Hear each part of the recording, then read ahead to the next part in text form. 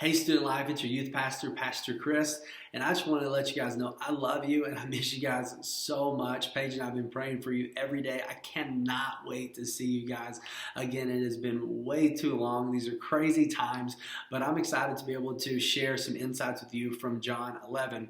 If you don't know, we're going through the entire book of John as a youth group, and I encourage you guys to read a chapter of John a day for 21 days, and you'll read the entire chapter.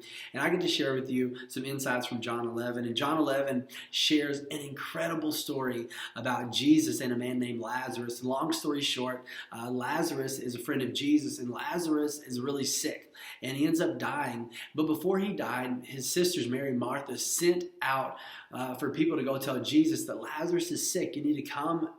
You need to come and heal Lazarus, because they knew Jesus as a healer. They had seen Jesus heal people of leprosy. They had seen Jesus tell people who could never walk to get up and walk. They seen Jesus open blinded eyes and open deaf ears. So they knew that Jesus had the power to heal Lazarus. But Jesus had a different ideal.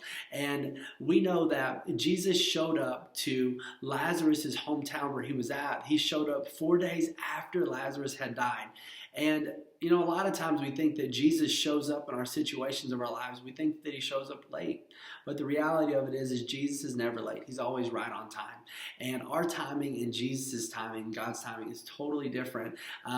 We serve a God who's never early and who's never late. We serve a God who's always right on time.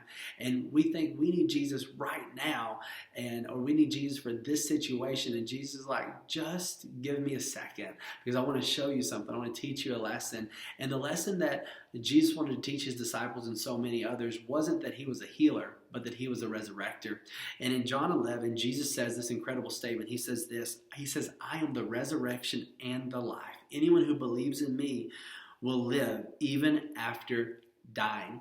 This is incredible, because Jesus walks up to the tomb where Lazarus is at, and he calls for Lazarus, a dead man, to get up and come out of the tomb.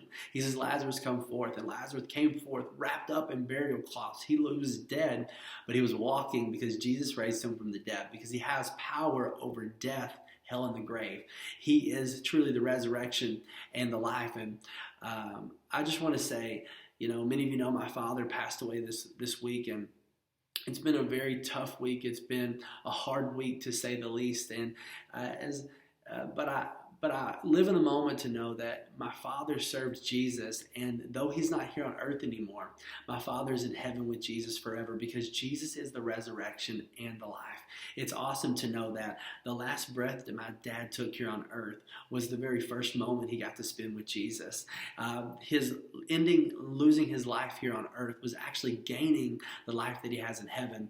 And though that's hard on us and hard on us as family, we have hope to know that Jesus is who he says he is, that he himself raised again from the dead to give us hope of resurrecting in him one day.